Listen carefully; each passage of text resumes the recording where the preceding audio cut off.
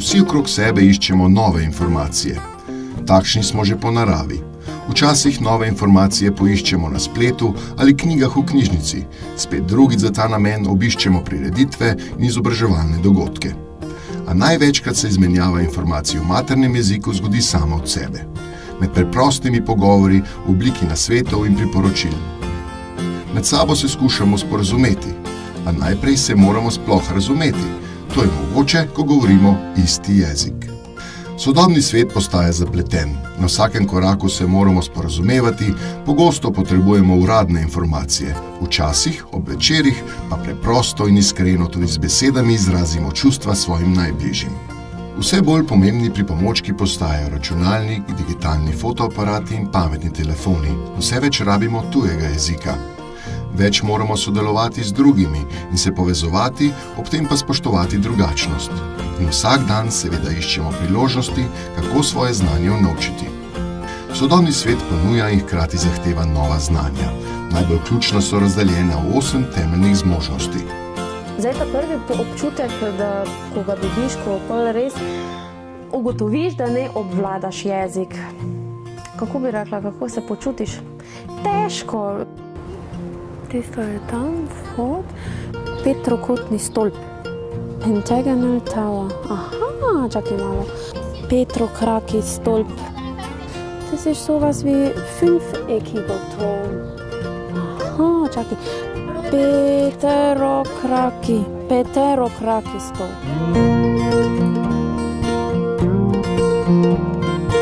Tudi malo gre v sramežljivost tudi prek, da ne upaš več toliko, recimo, ne vem, kakšen pogovor sklepati, ker imaš vedno v ozadju, kaj pa, če bom kaj narobe rekla, kaj pa, či se mi bojo spet smejali. Mislim, to pa je zdaj bilo prav, ko se ti je šlo za izobrazbo, ravno za neki tvoj prehodni cilj. In tam se pa pol tisto začelo. Glavna težava, da sem res mislila, da boljš, da ne bi prišla, evo, pa da bi šla. Tista glavna je seveda bila slovenščina, slovenski jezik, slovničnost, vse tisto, kar v bistvu je potrebno za neko izobrazbo.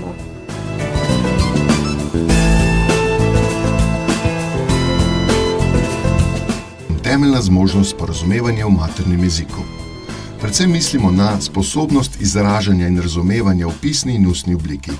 Kolikokrat se vam je že zgodilo, da ste imeli misel na koncu jezika, a je niste mogli ali znali ubesediti? Mislimo tudi na poznavanje besedišča in ustreznem znanju slovnica. Oprostite, ustreznem znanju slovnice. Ne sporazumevamo se vedno z enakim namenom. Poznati moramo torej tudi vse različne rabe jezika. V življenju je tako, da največkrat želimo, da bi nas drugi čim bolje razumeli. Nekateri pa govorijo tudi zato, da bi jih razumeli čim manj. Obvladovanje sporazumevanja v maternem jeziku od nas zahteva posebna znanja. Ker se razumemo, lahko učinkovito medsebojno delujemo v zapletenih družbenih in kulturnih okoliščinah. Skupina ne bi mogla obstajati brez medsebojnega sporazumevanja. Znamo prilagajati svoj jezik danim okoliščinam. Uporaba tujk ni vedno najboljša rešitev, včasih pa nimamo alternativ. Tisti, ki se zna sporazumevati v maternem jeziku, pozna sopomenike. Tako na primer vemo, da izraz ključne kompetence in temeljne zmožnosti pomenita eno in isto stvar.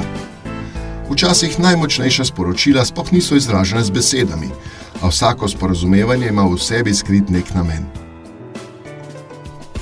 Manko v teh komunikacijskih spretnostih pa obvladanju maternega jezika ljudem kar predstavlja eno oviro v vsakdanjem življenju pri sporazumevanju, tudi med domačimi oziroma med bližnjimi, med prijatelji. In včasih morda imamo občutek napačen o njih, da so sramežljivi, da so zadržani, da nimajo svojega mnenja, mogoče celo, ne. Gledala sem okrog, vsi so nekaj pisali, pa to kar neke cele stavke in cele neke ilineje in sem mislila, Marija, kaj si ja nori. In niti nisem mogla zasledovati vse. V bistvu to je bil tisti postopek, ne vem, poslušati, pisati, pravilno, in to mi je bilo preveč vsega. Besede take, ko jih nisem še nikoli v življenju slišala in ko jih moraš prebrati praviloma, naglasiti, tako da to je bila tudi ena taka muka. niso bile zdaj samo težave v šoli, tako da so bile pol tudi privatno, v bistvu v družabnem življenju, no, s prijatelji. Ravno v pogovoru so bile včasih tudi take, kar smešne zadeve. Tako da te besede, ne vem, to smo se včasih še tako presmejali na ta račun, zadovoljna, zadovoljena, mislim, to sem že mešala in ko pol v kakšnem stavku je pač padla nekakšna beseda, da sem zelo zadovoljena, ki je bilo recimo čisto drugače mišljeno. Z teh smešnih zadev si se pol v bistvu kaj naučil, no? Ja, bilo je tudi kakšenkrat, ne. Rečemo, kakšne stvari so bile tudi, da nisem zastopil, ker je že splošno Primorci pa Štajerci že druga narečja, v bistvu pa vse, ne. Ker sem jaz prišel rečemo govor, tudi nisem marsikaj zastopil, ne. V te zadregi, ko si pol tudi, ne, ko se zavedaš, ne vem, vsi se ti smejijo, ne veš po eni strani zakaj.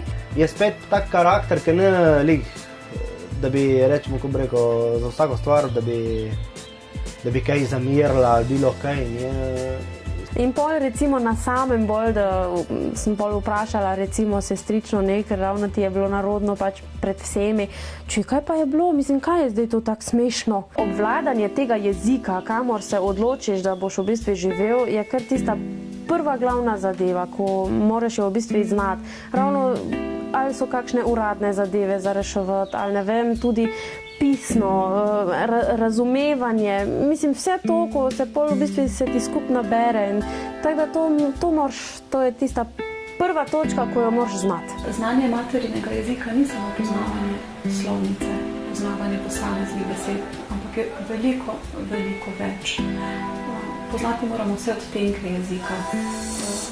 Vedeti moramo, kako se pogovarjati, ne samo v določenih življenjskih situacijah, ampak tudi z določeno osebo. Načeloma ljudje, ki imajo težave v maternem jeziku, ne komunicirajo oziroma le tiste osnovne besede, ampak na nek način smo mi vešči tega in prepoznamo te zadeve. Ko pa pridemo do pisnega dela, do tvorbe besedil, takrat pa nastane velik problem, zato ker ljudje ne vedo, kako začeti, kako končati, ne poznajo fraz določenih, vljudnostnih. Recimo, konkreten primer, če podam iz lastnih izkušenj, ljudje, ki pišejo pismo, velikokrat zapišejo na začetku dober dan, namesto pa spoštovanje ali lepo pozdravljeni. V knjižnico sem se pol tudi včlanila, ravno da sem pol veliko imela stik s tem, ravno da sem brala in brala in brala, ker že tam malo besedni zaklad pridobiš, razne besede tudi, pol valjda, da sem si to vedno prevajala, ne, sem slovarček si pol tudi nabavila, nemščino, slovenščino, da sem še to vse eno malo preklapljala vedno v glavi. Ko sem recimo začela knjige brati, sem imela pač ta težavo glede razumevanja. Kaj hoče zdaj ti knjiga povedati ali pa tudi makar stavki. Da sem tudi te težave lahko rešila, sem imela jaz vedno dvojni postopek. Jaz sem si prvo večinoma stvari v nemščino prevedla, v bistvu vizualno, to, kar sem si jaz pač mislila, kaj bi naj pomenilo, in pol recimo nazaj v slovenščino. Pri seminarskih nalogah, ravno pri pisanju, seveda to zdaj, ker je itak vse računalniško, to ti je že malo tisti program recimo pomagal, ker te opozarja pri napačnem napisu. Pa seveda ne slovar zraven uporabljaš, da pol v bistvu greš pregledat, kaj pa je zdaj tu recimo napaka. Ja, dosti stvari smo se mogli tudi z možem v bistvu včasih tudi kaj prevesti, no, ker on ima svojo govorico in tako da smo se na ta račun tudi včasih malo preražala in smo mogla pol res dobesedno pogledati v slovar, kar je zdaj tista pravilna slovenska beseda. Zame to pomeni, da je osvojila govorni položaj, da ima znanje, ki pomaga do ustreznih odločitev v določeni situaciji.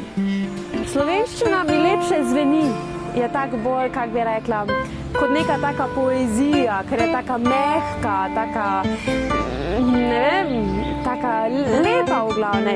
Nemščina je bolj od jezika trda. Pri izgovorjavi besed pa je bolj taka ostra. Opažam veliko spremembo, je dosti sproščena, odprta, z veseljem pristopi, da se kaj pogovorimo. Vem tudi, da to svoje izražanje v maternem jeziku, kot ga ona zna, več ne vidi kot oviro. Moj dokaz za to je, da se je vpisala še ostale programe usposabljanja in izobraževanja in jih pri nas uspešno končala.